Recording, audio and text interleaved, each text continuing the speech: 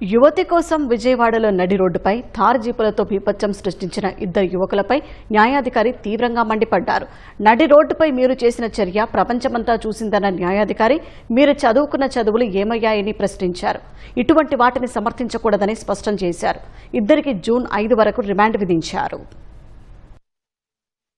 ఓ యువతి కోసం బెజవాడ రోడ్డుపై జీపులతో హల్చల్ చేసిన ఇద్దరు యువకులు రోహిత్, ఓంలపై విజయవాడ 4వ ఏసీజేఎం కోర్టు న్యాయాధికారి తీవ్ర ఆగ్రహం వ్యక్తం చేశారు. నిందితులిద్దరూ వాహనాలతో ఢీకొట్టుకుంటూ బీభత్సం చేసిన దృశ్యాలను పెన్ డ్రైవ్లో కోర్టుకు సమర్పించగా న్యాయాధికారి కోర్టు హాలులోని టీవీల్లో ఆ దృశ్యాలు చూశారు. మీరేం చేశారో తెలుసా? మీ చర్య ప్రపంచమంతా చూసింది. మీ చదువు ఏమైందని నిలదీశారు.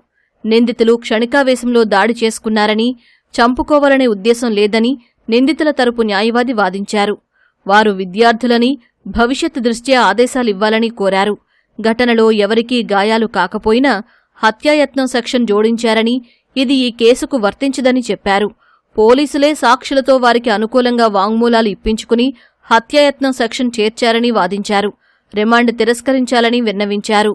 న్యాయాధికారి రామ్మోహన్ స్పందిస్తూ, ఘటన జరిగింది వాస్తవమే కదా, సమాజానికి ఏం చెబుదాం, ఏం చేద్దాం? ఈ ఘటన జరిగినప్పుడు మీరో నేనో అక్కడే ఉంటే ఎలా స్పందిస్తామని నిందితుల తరపు న్యాయవాదులను ప్రశ్నించారు.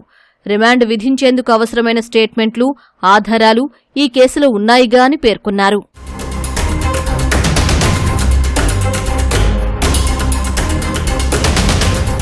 నిందితులిద్దరూ ఒకరినొకరు చంపుకోవాలనే రాడ్లు, బేస్బాల్ బ్యాట్లతో జీపుల్లో వచ్చారని, సవాళ్లు విసురుకుని రోడ్డుపైకి దిగారని ప్రభుత్వ న్యాయవాది శివప్రసాద్ వాదనలు వినిపించారు.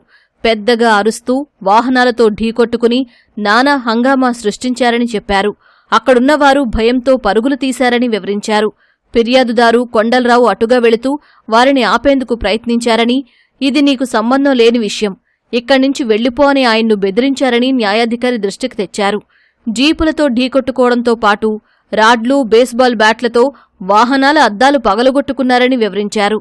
నడి రోడ్డుపై ఇంత బీభత్సం సృష్టించిన వీరికి రిమాండ్ విధించాలని కోరారు. అనంతరం న్యాయాధికారి యువకులకు జూన్ 5 వరకు రిమాండ్ విధిస్తూ ఉత్తర్వులు ఇచ్చారు. పోలీసులు నిందితులను విజయవాడ జిల్లా జైలుకు తరలించారు.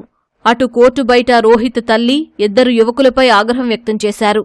కలిసి ఉండాల్సిన వారు ఇలాంటి పిచ్చి పని చేస్తారా అని ప్రశ్నించారు.